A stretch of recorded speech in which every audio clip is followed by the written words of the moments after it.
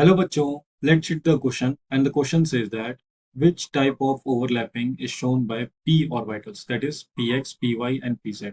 तो हम लोगों को बताना है कि जो p orbitals है that is px orbital, py orbital and pz orbital उनके द्वारा कौन सा ओवरलैपिंग जो है शो किया जाता है। ऑप्शन ए में दे रखा है 4 end to end and 3 side wise overlap. Option B में दे रखा है 2 side wise and 1 end to end overlap. Option C में दे रखा है 3 side wise overlaps and option D में दे रखा है 2 end to end 1 side wise overlap. Okay, so इन चारों में से कौन सा करेक्ट होगा पी ऑर्बिटल्स की ओवरलैपिंग के लिए, तो वो हम लोगों को बताना है। So let's start the question by knowing a key concept first.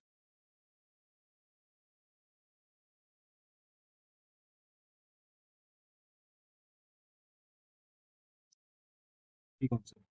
So the key concept for this particular question will be p orbitals. That is p orbitals. तो हम लोग अगर p orbitals को देखें तो p orbitals जो है that is तीन तरीके के होंगे। पहला हम लोगों का हो जाएगा x में, इसको नाम देंगे हम लोग px। दूसरा हम लोगों का हो जाएगा y में और इसको हम लोग नाम देंगे py। और तीसरा हो जाता है हम लोगों का z एक्सिस में और इसको हम लोग नाम देंगे pz।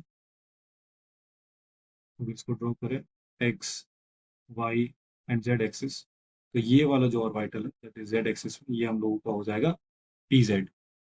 pz। तो ये तीन ऑर्बिटल्स हम लोग को नजर आते हैं p ऑर्बिटल्स में। तो अगर हम लोग क्वेश्चन में देखें तो जब p ऑर्बिटल्स जो रहता है दैट इज z एक्सिस वाला दैट इज pz, तो वो एंड टू एंड ओवरलैप करता है। लुक लाइक ये हो गया हम लोगों का।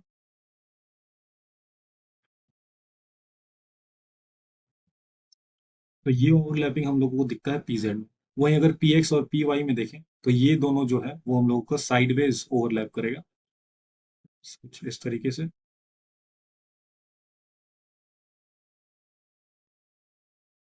ये हो गया हम लोगों का px में। और वहीं अगर py में देखेंगे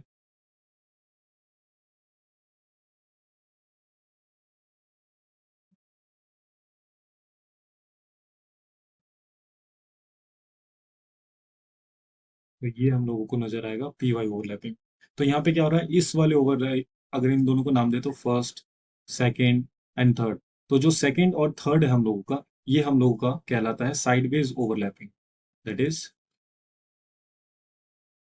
साइडवेज ओवरलैपिंग। और वहीं अगर जेड वाले में देखें तो ये हम लोगों का कहलाता है end to end overlapping. End to end overlapping. तो अगर पी ऑर्बिटल्स में कैसा ओवरलैपिंग हो रहा है, दो साइडवेज और एक end to end, so the correct option will be option B, that is two sidewise overlapping and one end-to-end overlap. So the correct answer for this particular question will be option B. Hope you enjoyed the concept. Thank you and best of luck.